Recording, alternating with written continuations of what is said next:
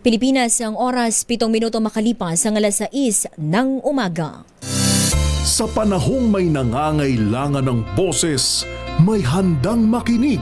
Sa panahong may dapat ipaglaban, may tapang na manindigan. Advokasya. Dahil ang pagtulong sa kapwa, nasa dugo na nating mga Pilipino. Kasama sina Tina Nolasco at Bong Ariola. Advokasya. Live sa DZRH Radio, DZRH TV at DZRH Digital.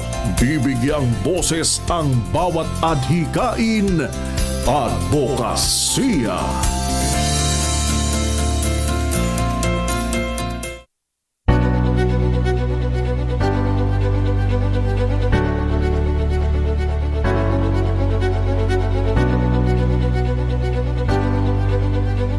Magandang umaga Luzon, Visayas at Mindanao.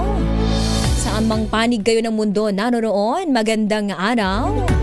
Kayo'y nakikinig at nanonood sa programang Advokasya, kung saan welcome ang lahat, mapa-individual man yan o grupo, basta't may magandang layunin para sa kapwa at para sa bayan.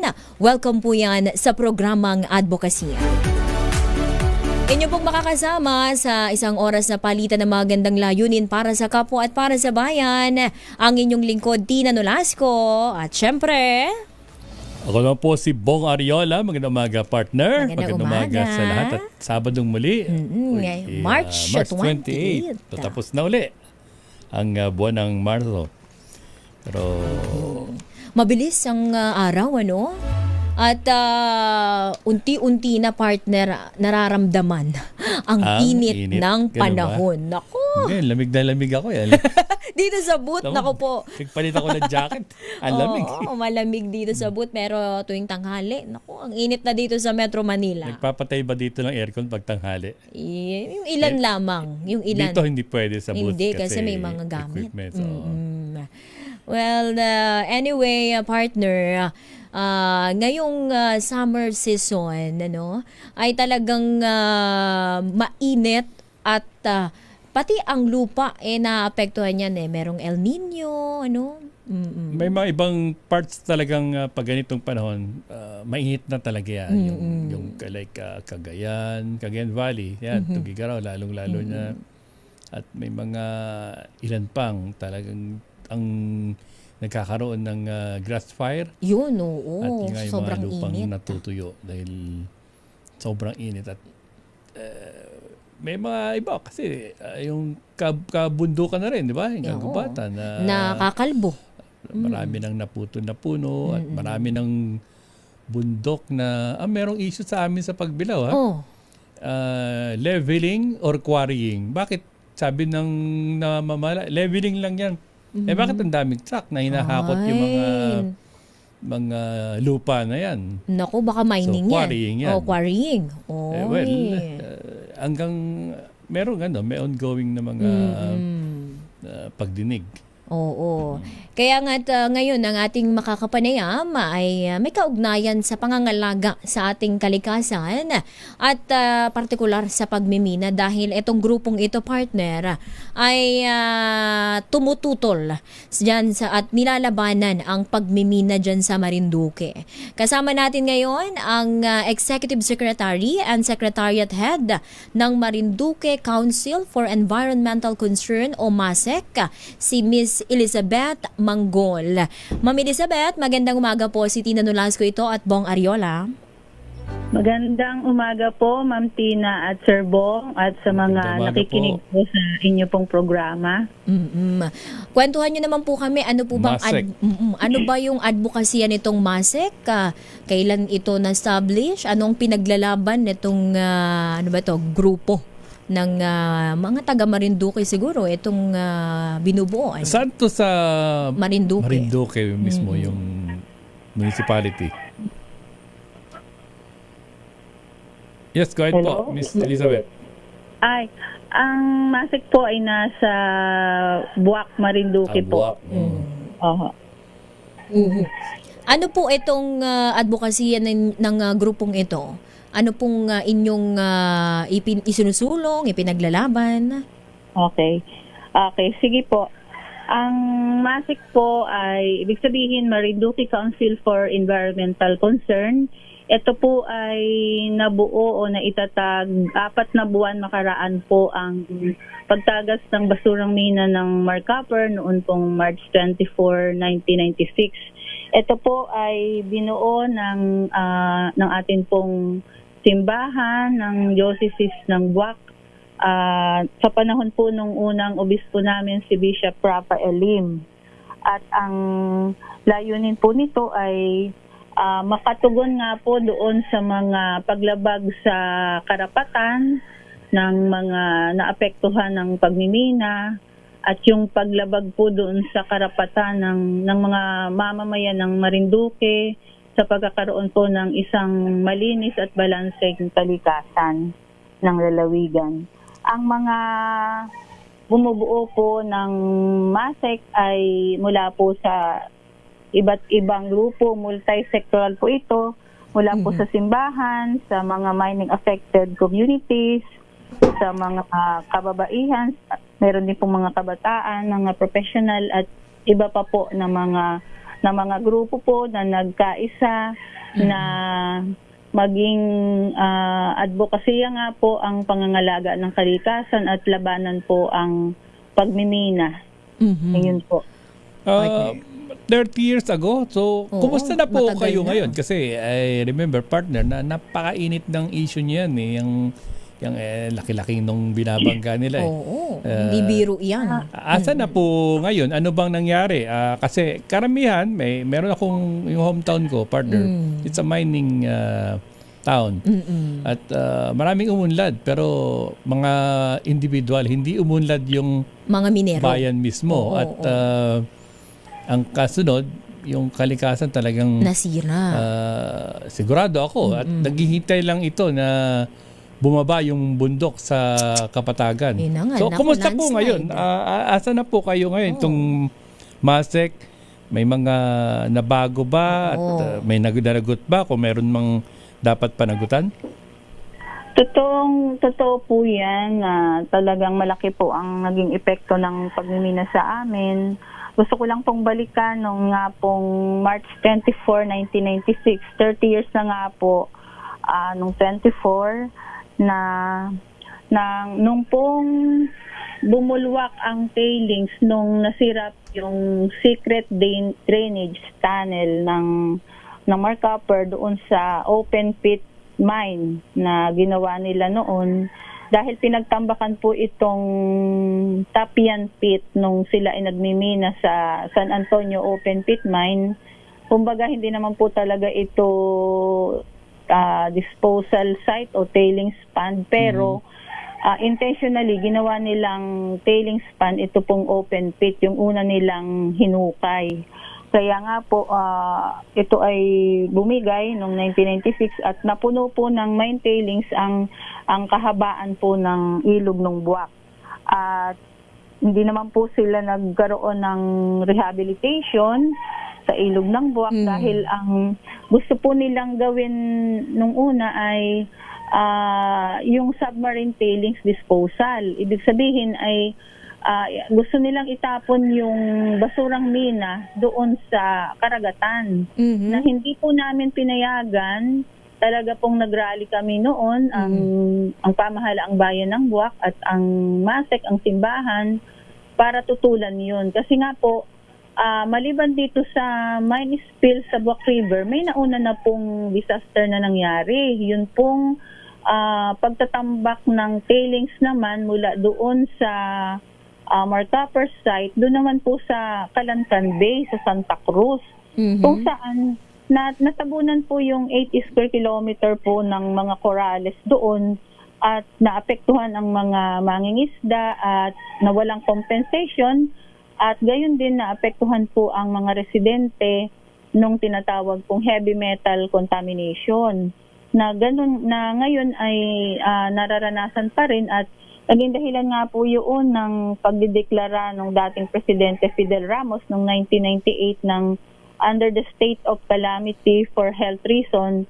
dahil yung naging pag-aaral ng Department of Health ay yung 100% na respondents mula sa Santa Cruz ay 100% po doon ay naging positive sa heavy metal. Miss Beth, Lalo na po doon sa 3 barangay, Oo. yung barangay Ipil, Butilaw at Kamandugan. Hanggang ngayon po hindi pa nalilift yung order po na yun ng ating pong dating Presidente Ramos. Miss Beth, ano naman ang ginagawang pagtugon o pagsuporta ng local government unit sa ganitong inyong ipinaglalaban at itong issue nga ng pagmimina? Yung pong aming provincial government ay tungkol naman po dun sa yung pagtutol sa pagmimina ay sinuportahan naman po kami doon at ang aming pong provincial government ay mayroon pong 50 years mining moratorium simula po noong 2005 hanggang sa kasalukuyan at sinundan pa po ito noong lang pong 2024. Nagkameron po kami ng pagpapasa ng Marinduque Environmental Code na ang perspective po nito ay rights of nature. Kaya po medyo pagdating naman po doon sa pagtutol sa pagmimina ay nagkakaisa na po ang buong Marinduque. At katunayan nga po ay halos majority ng mga barangay po sa amin ay mayroon na pong mga resolusyon ng pagtutol sa attempt na pagbubukas ng mina. Dahil nga po ang Marcopper mismo kahit marami na pong ginawang kapinsalaan ay meron pa pong mukha na mag-apply uli. Ang totoo po, meron po silang application for mineral production sharing agreement na nakapending po sa Office of the President. Sa ngayon po, itong as May we pending speak now, meron pa rin? application. Opo, kasi nga po itong application po nila for MPSA ay dininay na po yan makailang beses ng DENR pero siyempre may karapatan po silang mag-apila hanggang sa tanggapan ng Pangulo. Ang medyo natuwa rin lang po kami ng konti lang dahil nung umupo po si Presidente Bongbong Marcos ay dininay po niya yung pong MPSA application. Pero meron pa rin pong motion for reconsideration ang Marcopper hanggang ngayon. Kaya po meron po kaming panawagan sa atin pong Pangulo na Bago na yung ating kalihim ng sa OP, sa DNR. Bago na po. Kaya nga po mulit-muli ay pinapanibago po namin ang aming mga sulat sa kanila at panawagan dahil nga pa bago-bago po. Makailang ulit na po na nagpalit ng DNR Secretary at hindi pa rin natutugunan ito pong problema namin sa Marcopper. Miss Beth, Kaya ang amin pong panawagan talaga ay i-deny with finality na po ng ating Pangulong Marcos yun pong application ng Marcopper. Ibig sabihin, wala na silang karapatang umapela ulit kasi paulit-ulit na lang kumbaga. Opo. Paulit-ulit. Kaya nga po, ang sabi namin ay appeal to on appeal. Appeal ng appeal. Walang katapusan. Miss Beth, hindi naman sa kinakampihan ko, no? Pero yung mga minerals kasi, kung available yan, at yan naman talaga partner, ang pantunan ko dyan, ibinigay ng Panginoong Diyos, kailangan talagang minahin at gamitin sa tama lang, di ba? Hindi nyo ba kung may ayos naman at kung nagbayad na in terms of mga damages, lahat ng perwisyo, kung mamimina ng tama, meron bang chance na kahit kaunti papayagan ninyo? Well, kung mga nangyari na yun at naibalik, naitama, nagbayad, papayagan nyo ba para lang magamit lang ito ng tama? Magandang tanong po yan. At yan po'y matagal na naming sinagot. Dahil po sa aming karanasan, 3 major mining disaster po ang dinala ng Marcapper. Yun nga po, yung una, yung pagtatambak mismo sa lawa ng Calancan Bay. Tapos, yung pangalawa na hindi ko pa nababanggit, yung pagkawasak ng kanilang siltation dam na sinira naman ang Mogpog River. At yung pangatlo nga po ay nung bumulwak yung tailing sa Buwak River. At yung lahat ng yun po ay hindi po nila inayos hanggang sa kasalukuyan. Lalo na po yung mga structures po nila sa mine site, na ang Marcapper po kasi ay nasa mataas na lugar, sa bundok, kung saan ang apektado po talaga ay ito yung mga low-lying municipalities na katulad nga po ng Buwak at Mogpog, kung saan yun pong mga structures nila ay napakadelikado po lumigay dahil wala pong maintenance. Kaya po ang Marinduque po, ang Marinduqueño ay nagkaisa na po na hindi na payagan po ang pagmimina kahit po anong uri ng pagmimina. Small at large scale mining po ay hindi na po talaga namin papayagan. Totally. Hindi na kaya yung sinasabing carrying capacity po ng aming isla. Napakaliit po ng aming isla.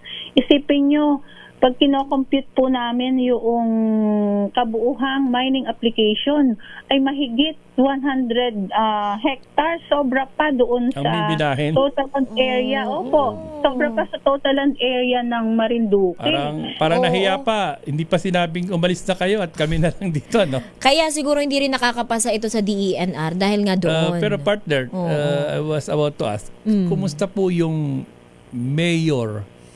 Dahil yung ngayon at yung mga nakalipas, yan ba may business permit pa hanggang ngayon? Wala na po siyang permit. Actually, wala na rin po siyang environmental compliance certificate. Nung tumagas po ang nung mine spill ng March 24 ay kinansela na po. Kaya totally po, wala na po silang Wala nang karapatan. presence dyan, any, or Oo. paano yung mga... Wala na silang mga may structure ba? bang. May equipment? May tao pa ba sila dyan? Marami pa pong yung mga, siyempre yung mga structures po nila is abandoned for 30 years. Kaya mga ano na po sila, yung kumbaga sa ano ay mga sira na at talagang kung magtatangka silang magbukas ng pagmimina, mukhang mahihirapan po dahil Okay. Oo, ang mga gamit nila at saka ayaw na nga po ng mga tao. Ang Marinduqueños po kasama ang pamahalaan mula barangay, municipal hanggang sa provincial ay meron na pong mga Pagtutol na pagtutol. talaga. Oo, Miss Beth. Oo, at actually, nung ang MASIC po ay nakaupo sa Regional Development Council bilang private sector representative, yung amin pong chairperson si Father Arvin Madla, na ilabi po niya na i-endorse po yung amin pong panawagan na i-declare po ang Marinduque as a mining free zone.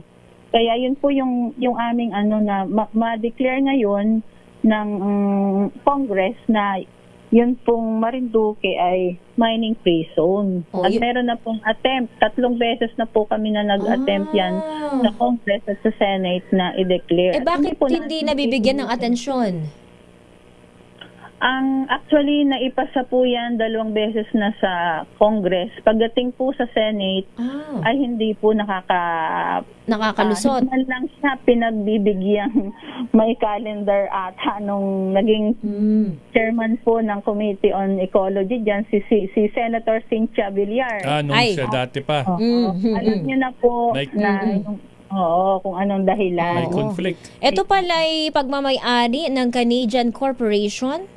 Itong Marcapper Mining Corporation, ano? Ibig sabihin international o foreign na korporasyon? Actually, ang Marcapper po ay meron pong mga shareholder and subsidiaries. At isa nga po doon yung Placer Dome, kung saan sila yung naging kapartner nila nung nag-ooperate po sila hanggang sa nung bumulwak yung tailings ay sila po ang kapartner. Kaya nga po, nung nag-file po kami ng mga kaso, actually marami po kaming na-file ng mga kaso laban sa Marcaper at sa Placerdome. At isa na nga po dito yung pong writ of kalikasan case na nagbibigay ng pagkakataon na magkaroon po ng legal na remedy, yun pong aming kalikasan. At noon nga pong March 8, 2011 ay bigyan kami nung pong writ of kalikasan, pero hindi po nagtuloy-tuloy ang litigation dahil nagkaroon nga po ng settlement negotiation. Between? Ang MASEC po kasi ay siyempre isang maliit na grupo lang po kami. At yung sinusuportahan po naming mga affected communities sa pamamagitan po nila ay sila yung amin pong tinulungan na magsampa ng kaso dito sa laban sa Placerdome. At nung panahong yun ay yung amin pong legal counsel ay nag-file na po ng disappearance sa korte dahil tanda na po si Father Joaquin Bernas. Ganun. Opo, at si Dean Sedfrey Candelaria po ng Ateneo din po, sila po yung aming mga pro bono ng mga abogado. Kaya nawalan po kami ng abogado noong panahong yun. At halos madidismiss na po itong kaso dahil nga po sa kawalan ng suporta din, ay humingi po kami ng tulong noon sa provincial government. Ngayon, ano pong development ng kaso? Bali, ang provincial government po ay nag-intervene doon sa writ of kalikasan case, kaya naging partido po sila doon sa kaso. At yun nga po, nagkaroon ng pagkakataon na magkaroon ng settlement negotiation at na-approve nga po noong April 2025 yun pong $100 million settlement agreement. At nun pong October 3, 2025 din ay inaprubahan po ito ng Court of Appeals at ito ay final and executory. Pero yun nga po, doon sa agreement ay meron pa pong natitirang requirements ang Barrick Gold. Ang Placerdome po kasi baka magtataka po kayo bakit Barrick Gold ang sinasabi ko. Kasi po ang Placerdome ay binenta na yung kanilang ownership po doon sa Barrick Gold.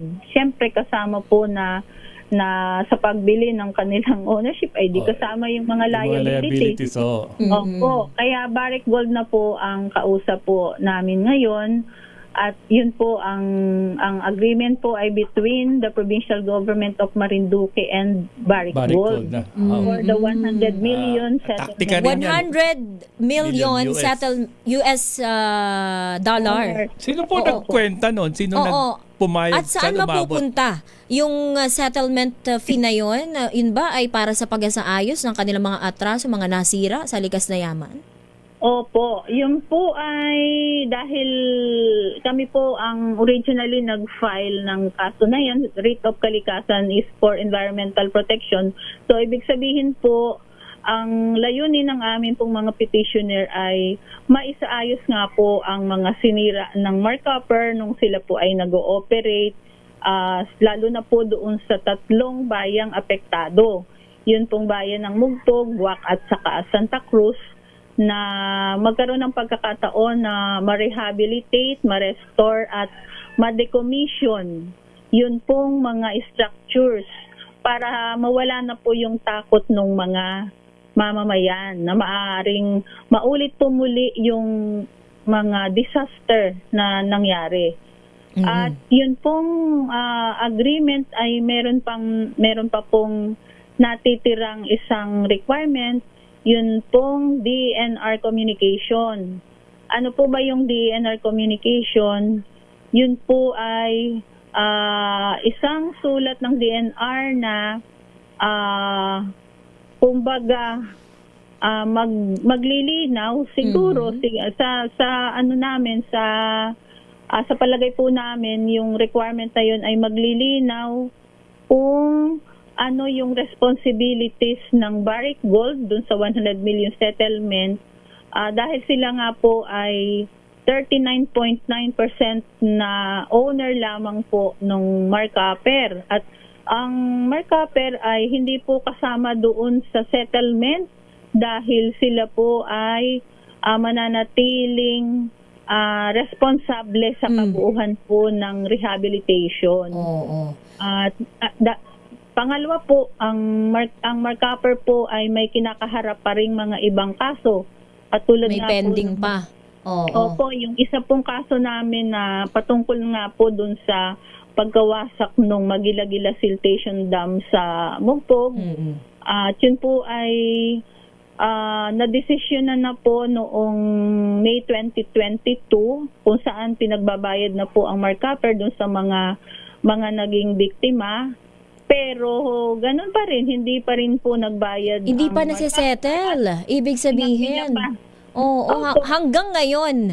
Hanggang ngayon, Miss Beth. Inapila po nila yan at ngayon po ay... Ganun yun proseso. Oo. Talagang Papel. mag-a-apila yun. Oho, ay siyempre ganun po talagang proseso ng ating batas. Kaya ngayon po ay kahit ang mga petitioner ay mga bedridden na dahil sa tagal po nung nangyari. Oo, ang tagal na niyan no? Nagkamatay na po. Imagine po yung amin pong petitioner ay 61, ngayon po ay 35 na lamang.